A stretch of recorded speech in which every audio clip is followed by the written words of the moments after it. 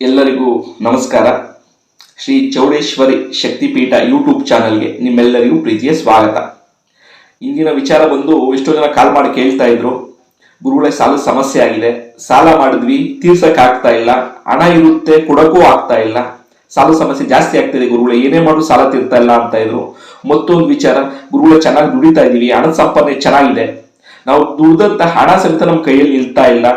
ಮತ್ತೊಂದು ವಿಚಾರ, ಯಾರೋ ನಮ್ಮ ಹಣ ಕೊಟ್ಟಿರ್ತೀವಿ, ಆ ಹಣ ನಮ್ಗೆ ವಾಪಸ್ ಬರ್ತಾ ಇಲ್ಲ ಅಂತ ಎಷ್ಟೋ ಜನ ನಮ್ಮ ಹತ್ರ ಕಾಲ್ ಮಾಡಿ ಕೇಳ್ತಾ ಇದ್ರು. ಅದಕ್ಕೆ ಸಂಬಂಧಪಟ್ಟಂಗೆ ಒಂದು ಪರಿಹಾರ ಕೊಡಿ ಅಂತ ಕೇಳ್ತಾ ಇದ್ರು. ಅಂತವರಿಗಾಗಿ ಈ ಸರಳವಾದ ಪರಿಹಾರವನ್ನ ಕೊಡ್ತಾ ಇದ್ದೀವಿ.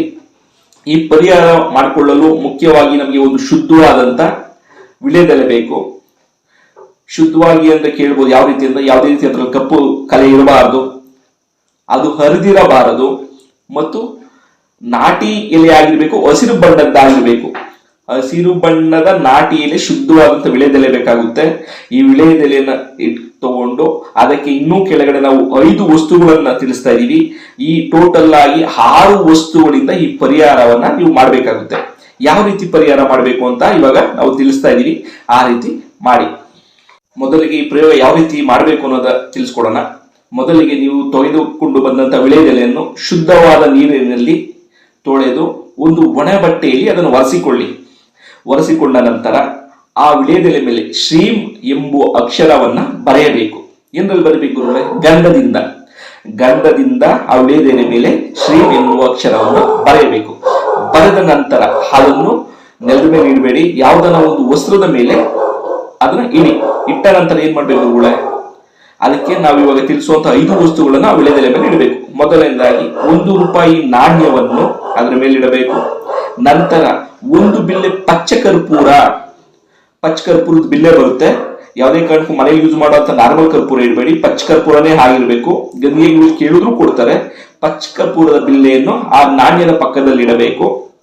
ಅದರ ಜೊತೆ 5 ಲವಂಗವನ್ನು, ಅದು ಮೊಗ್ಗು ಸಮೇತ ಇರಬೇಕು. ಮೊಗ್ಗು ಯಾವುದೇ ರೀತಿ ಭಿನ್ನ ಆಗಿರ್ಬೇಕು. ಮೊಗ್ಗು ಅಂದ್ರೆ ತಲೆ ಮೇಲೆ ಟೋಪಿ ತರ ಇರುತ್ತಲ್ವಾ, ಅದು ಭಿನ್ನ ಆಗದೆ ಇರುವಂತಹ ಪೂರ್ಣವಾದಂತಹ 5 ಲವಂಗ ಇರಬೇಕು. ಅದರ ಜೊತೆಯಲ್ಲಿ 5 ಯಾಲಕ್ಕಿ ಕಾಳನ್ನು ಇಡಬೇಕು. ಆ ಯಾಲಕ್ಕಿ ಸಮೇತ ಭಿನ್ನ ಆಗಿರಬಾರದು, ಶುದ್ಧವಾಗಿರ್ಬೇಕು. ಶುದ್ಧವಾದಂತಹ 5 ಯಾಲಕ್ಕಿ ಕಾಳನ್ನು, ಅದರ ಜೊತೆಯಲ್ಲಿ ಸ್ವಲ್ಪ ಸಾಸಿವೆಯನ್ನು ಹಾಕಬೇಕು. ಈ 5 ವಸ್ತು ಯಾವ್ದು ಅಂದ್ರೆ 1 ರೂಪಾಯಿ ನಾಣ್ಯ, ಬಿಳಿ ಸಾಸಿವೆ, ಲವಂಗ, ಯಾಲಕ್ಕಿ, 1 ಬಿಲ್ಲೆ ಪಚ್ಚಕರ್ಪೂರ. ಇಷ್ಟು ವಸ್ತುಗಳನ್ನು ಆ ವಿಳೆದೆಲೆ ಮೇಲೆ ಇಟ್ಟು ಆ ವಿಳೆದೆಲೆಯ 4 ಭಾಗವನ್ನು ಮಡಚಬೇಕಾದ್ರೆ ಅದು ಅರಿಬಾರ್ದು. ನೀಟಾಗಿ 2 ನಿಮಿಷ ಲೇಟ್ ಆಗಲಿ ನೋಡಿಕೊಂಡು ಸಮಾಧಾನದಿಂದ ಕಾರ್ಯ ಮಾಡಿ ಮಡಚಬೇಕು. ಮಡಚಿದ ನಂತರ ಒಂದು ಶುದ್ಧವಾದಂತ ಚೌಕಾಕಾರದ ಒಂದು ಕೆಂಪು ವಸ್ತ್ರ ತಗೊಳ್ಳಿ. ಕೆಂಪು ವಸ್ತ್ರ ತೆಗೆದುಕೊಂಡ ನಂತರ ಅದರ ಮಧ್ಯಭಾಗದಲ್ಲಿ ಇಟ್ಟು ಇದನ್ನು ಕೆಂಪು ದಾರದಿಂದ ಗಂಟು ಕಟ್ಟಬೇಕು. ನೀವೇನು ಸುತ್ತಿರ್ತಾರಲ್ಲ ವಿಳೆದೆಲೆಯನ್ನ ಕೆಂಪು ಬಟ್ಟೆಯಲ್ಲಿ ಇಟ್ಟು ಕೆಂಪು ವಸ್ತ್ರದಿಂದ ಗಂಟು ಕಟ್ಟಬೇಕು. ಗಂಟು ಕಟ್ಟ ನಂತರ ಏನ್ ಮಾಡಬೇಕು?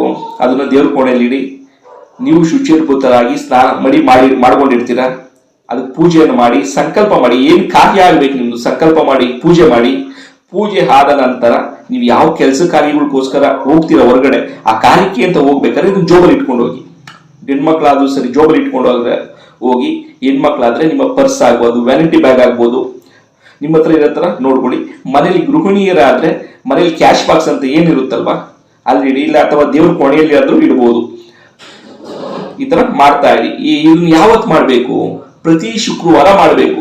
ಗುರುಗಳು ಎಷ್ಟು ದಿನ ಕೆಲಸ ಮಾಡುತ್ತೆ ಅಂತ ಕೇಳ್ಬೋದು. ಇನ್ನು ಪ್ರತಿ ಶುಕ್ರವಾರ, ವಾರಕ್ಕೊಮ್ಮೆ ಚೇಂಜ್ ಮಾಡ್ತಾ ಇರಬೇಕು. ಇವಾಗ ಏನ್ ಪರಿಹಾರ ತಿಳಿಸಿದೀವಲ್ವಾ, ಇದನ್ನ ಪ್ರತಿ ಶುಕ್ರವಾರ ಮಾಡ್ಬೇಕು. ಗುರುಗಳು ಸರಿ ಹಳೆಯ ಇದನ್ನ ಏನ್ ಮಾಡ್ಬೇಕು ಅಂತ ಎಷ್ಟೋ ಜನ ಡೌಟ್ ಬರ್ಬೋದು. ಅದನ್ನ ಏನ್ ಮಾಡ್ತೀರಾ ಅಂದ್ರೆ, ನಿಮಗೆ ನೀವೇ ದೃಷ್ಟಿ ತಕ್ಕೊಳ್ಳಿ. ಆ ದೃಷ್ಟಿ ತೆಗೆದುಕೊಟ್ಟ ಇದನ್ನ ಬಿಳಿ ಎಕ್ಕದ ಗಿಡದ ಬುಡದಲ್ಲಿ ಹಾಕ್ಬೇಕು. ಈ ಶುಕ್ರವಾರ ಮಾಡಿರ್ತೀರಾ, ಮುಂದಿನ ಶುಕ್ರವಾರ ಅದನ್ನ ಗಿಡದ ಬಳಿ ಹೋಗಿ ಸಂಕಲ್ಪ ಮಾಡಿ ನಿಮ್ಗೆ ನೀವೇ ದೃಷ್ಟಿ ತೆಗೆದುಕೊಂಡು ಬುಡದ ಬಳಿ ಇಟ್ಟು ಬರಬೇಕು. ಇಟ್ಟು ಬಂದ ನಂತರ ಮತ್ತು ಹೊಸ ಪ್ರಯೋಗ ಸ್ಟಾರ್ಟ್ ಮಾಡಬೇಕು. ಈ ರೀತಿ ಮಾಡ್ಕೊಳ್ಳೋದ್ರಿಂದ ನೀವು ಅಂದ್ಕೊಂಡಂತ ಕೆಲಸ ಕಾರ್ಯನೂ ಆಗುತ್ತೆ. ಇವಾಗ ಏನ್ ನಾವು ಸಮಸ್ಯೆ 3 ವಿಚಾರ ತಿಳಿಸಿ ಆ ಸಮಸ್ಯೆ ಪರಿಹಾರನೂ ಸಿಗುತ್ತೆ. ಎಷ್ಟು ದಿನ ಮಾಡ್ಬೇಕು ಅಂತ ಕೇಳ್ಬೋದು. ನಿಮ್ ಸಮಸ್ಯೆ ಪರಿಹಾರ ಆಗುವವರು ಮಾಡ್ತಾನೆ ಇರಿ, ಖಂಡಿತ ಇದರಿಂದ ನಿಮ್ಗೆ ಫಲ ಸಿಗುತ್ತೆ. ಎಲ್ರಿಗೂ ಒಳ್ಳೇದಾಗ್ಲಿ. ಅದೇ ರೀತಿ ನಮ್ಮ ಚೌಡೇಶ್ವರಿ ಶಕ್ತಿಪೀಠ ಯೂಟ್ಯೂಬ್ ಚಾನೆಲ್ನ ಪ್ರತಿಯೊಬ್ಬರು ಸಬ್ಸ್ಕ್ರೈಬ್ ಮಾಡ್ಕೊಳ್ಳಿ. ಧನ್ಯವಾದ. ಶುಭವಾಗಲಿ.